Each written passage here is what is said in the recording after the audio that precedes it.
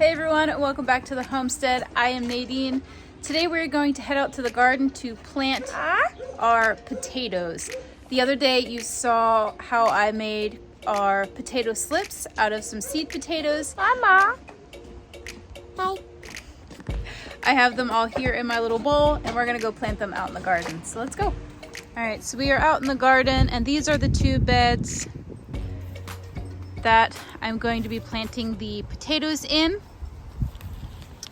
These are the potatoes that I got. I got Yukon Gold seed potatoes. We love using the yellow potatoes, so that's what we got.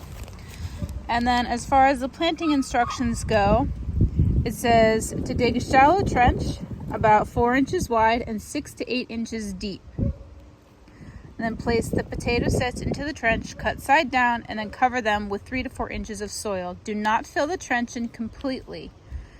Depending on the soil temperatures, the sprouts will begin to merge in about 2 weeks. At this time, add another 3 to 4 inches of soil.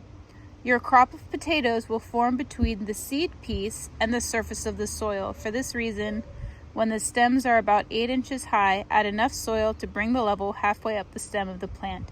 The hilling process helps to ensure that the forming potatoes don't push out of the hill and get exposed to light. So I am basically going to make a trench, I guess, down the middle of these beds, probably about halfway down into the garden bed. And then cover them with the recommended 3 to 4 inches of soil, and then once they're bigger, cover them with more soil. I know a lot of people like to grow their potatoes in bags because they can start them off real low in the bag and then keep adding soil and as the plant grows, and then they'll get a larger potato harvest because they've mounded it up so much. But for this year, I'm just going to use the garden beds that I have. And maybe at another date, I will get some larger growing bags and I will try my potatoes in bags. And then that'll also allow me to harvest them a lot easier because I won't need to dig them. I can just dump them out. But for this year, we're just going to do the raised garden beds and do the best that we can with what we have. So let's get started.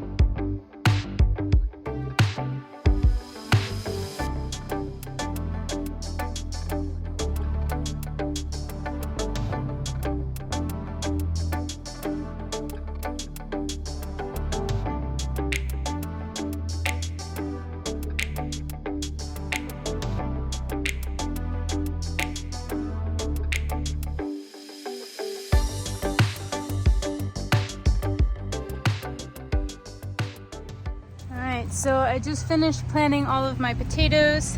I do have a few stragglers, so maybe I'll find a random place to pop those. But let me show you what I ended up doing. So instead of doing a single row down the middle of the bed. I ended up doing 2, simply because I just had so many potato slips, and I wanted to make sure I had enough room for all of them. So I did 2 rows per bed.